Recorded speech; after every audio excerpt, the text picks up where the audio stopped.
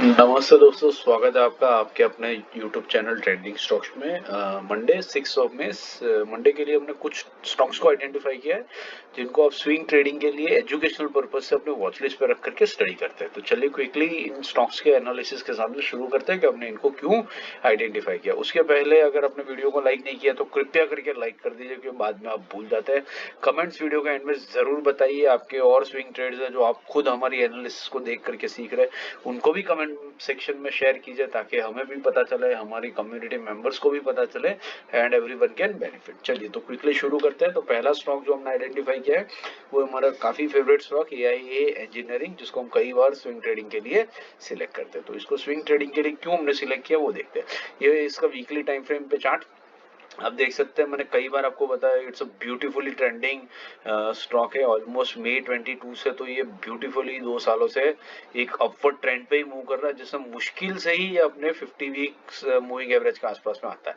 But यहाँ पर आप देख रहे हैं कि वापस अपने 50 वीक मूविंग एवरेजेस के पास आने की कोशिश कर रहा है। ठीक है, वॉल्यूम भी काफी तेज है, अर्निंग्स भी नजदीक में आ रहा है, तो हो सकता है कि ये अपने 50 वीक मूविंग एवरेज को एक बार टच कर जाए, जो बनता है 3558 के पास में। तो हम क्या करेंगे, इसको 3558 से लेकर के 3580 ऑलमोस्ट 1% की रेंज में बाई करने के मौके ढूंढेंगे।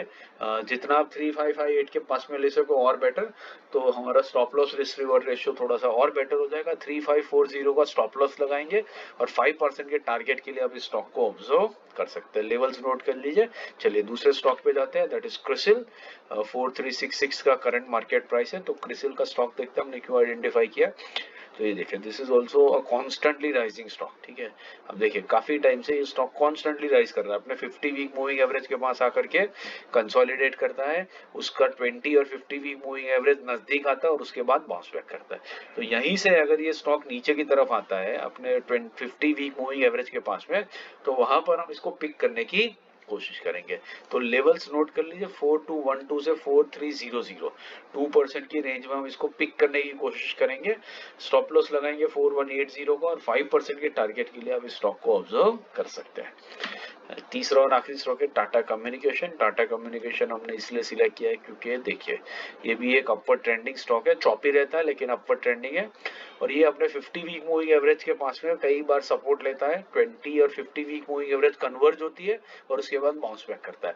तो 3 हफ्ते से ये अपने 50 वीक मूविंग एवरेज के पास में है।